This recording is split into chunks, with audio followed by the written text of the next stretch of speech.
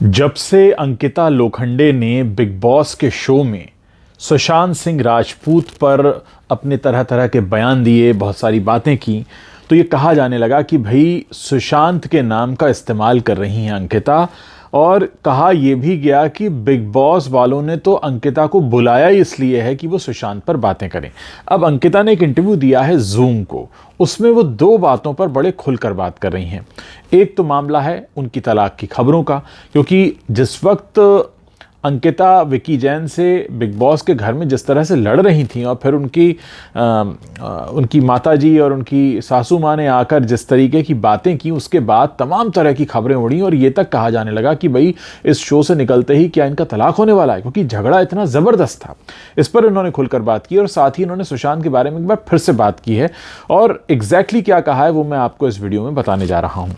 देखिए, अंकिता ने जो जूम को इंटरव्यू दिया है उसमें वो कहती हैं कि मुझे लगता है ये मेरी लाइफ है और मैं मेरी लाइफ के बारे में किसी भी तरीके से बात कर सकती हूँ। वो साथ ही ये भी कहती हैं, अगर किसी के बारे में कोई मुझे अच्छी बात पता है तो मैं हमेशा उसके बारे में कहूँगी और कोई भी मुझे उसके बारे में बात करने से नहीं रोक सकता। इसके बाद जो बचता है वो बस जजमेंट है।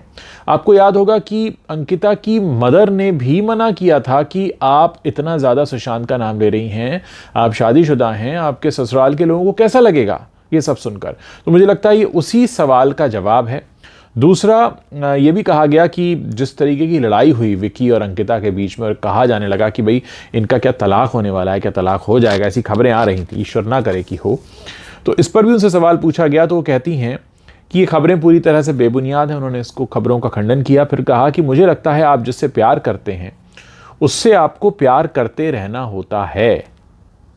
उसके सिर पर बैठकर नाचो, इससे कोई फर्क नहीं पड़ता, क्योंकि वो आपसे प्यार करता है तो वो हमेशा आपके साथ रहेगा और कहीं नहीं जाएगा। मतलब अंकिता का कहना यह है कि अगर आप अपने पति से प्यार करते हैं, पति आपसे प्यार करता है, फिर तो आप उसका जो हाल करो सो करो, वो आपको छोड़ के नहीं जाएगा। तो ये उसी सिद्धांत पर चलती हैं।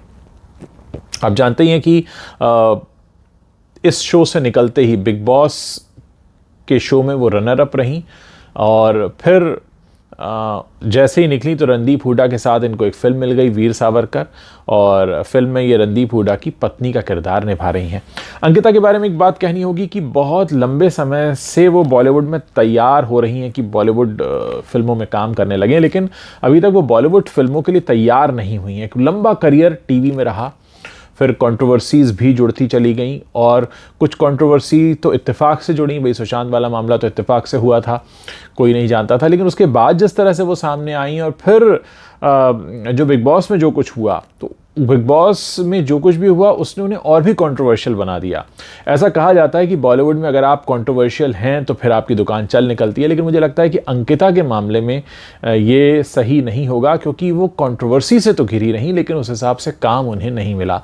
और अब एक सर्टेन एज को क्रॉस करने के बाद आप समझ लीजिए कि एक बहुत लंबा टाइम हो चुका है अंकिता को, तो ये उम्मीद तो नहीं है कि वो अब एज अ लीड एक्टर या लीड हीरोइन के तौर पर बॉलीवुड में आएंगी। लेकिन हाँ, अगर कुछ अच्छे रोल्स मिल जाएं तो उनकी ये जो परेड रही है इतनी सारी कंट्रोवर्सी को लेकर, वो शायद थोड़ी एक सही दिशा में बैठेगी। वरना आप सोचिए ना कि कोई भी एक्टर जो है वो अपने आसपास कंट्रोवर्सीज क्यों करता है? वो इसीलिए करता है ताकि वो पॉपुलर रहे, अखबारों में छाया रहे, सुर्खियों में बना रहे, लोग उसके बारे में जानना चाहें। लेकिन हर बार ये मंत्रा काम नहीं भी आता है। आप कंगना रनौत को देख लीजिए। कंगना रनौत मतलब इतनी कंट्रोवर्सीज खड़ी कर चुकी हैं, मुझे लगता है कि फिल्मों से ज़्यादा उनकी कंट्रोवर्सी पर बात होती है, लेकिन आज भी कंगना सफलता से कोसों दूर हैं। आज उन्हें राजनीति में अपना करियर तलाशना पड़ रहा है और बड़े दुख की बात है। मैं अंकिता की बात करते करते कंगना पे क्यों आ गया मुझे नहीं पता, लेकिन मुझे कंगना का ध्यान हमेशा आ जाता है जब भी मैं कंट्रोवर्सी की बात करता हूँ। के फॉर कंगना, के फॉर कंट्रोवर्सी,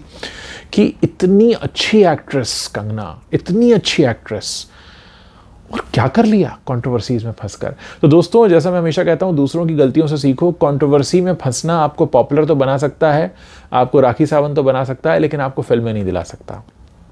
मैंने राखी सावंत को भी घसीट दिया इसमें। तो कुल मिलाकर मामला ये है कि आप जो काम करते हैं वो करते रहिए। कंट्रोवर्सीज आप मतलब बहुत ही डेस्परेट होकर कुछ ट्राई करना चाह रहे हैं तो आप कर सकते हैं, लेकिन अगर आप अच्छा काम कर रहे हैं तो आपकी पूछ, आपकी कदर हमेशा रहेगी। सिर्फ सुर्खियों में छाए रहने के लिए कंट्रोवर्सी आप क्रिएट करेंगे तो कुछ होता नहीं है। ये हमने देख लिया अंकिता लोखंडे के करियर में भी, ये हमने देख लिया कंगना के करियर में भी, और राखी सावंत तो इसका जीता जागता उदाहरण है ही, क्योंकि राखी सावंत को हमने पिछली बार कौन सी फिल्म में देखा था याद नहीं, लेकिन वो हर रील में होती हैं, हर बड़े खबर पर अपना रिएक्शन देते हुए होती हैं, लेकिन उनका बाजार जो है वो सेट नहीं हुआ है। क्या सोचते हैं आप इन तीनों के बारे में, अंकिता लोखंडे के बारे में, राखी सावंत के बारे में और कंगना रनौत के बारे में? क्या आपको लगता है कि इन तीनों में कोई सिमिलैरिटी है? हालांकि मुझे दुख के साथ कहना पड़ रहा है कि इन सब में सबसे अच्छी एक्ट्रेस जो है वो कंगना रनौत है, लेकिन अफसोस कि वो एक्टिंग पर ध्यान नहीं दे रही हैं और ध्यान कहीं और है, इसलिए कंट्रोवर्सी वाले इस सेगमेंट में हमें उनका जिक्र करना पड़ रहा है। आप लोग इस बारे में अपनी जो भी राय रखते हैं जल्दी से मेरे वीडियो के नीचे कमेंट करके आप बता सकते हैं।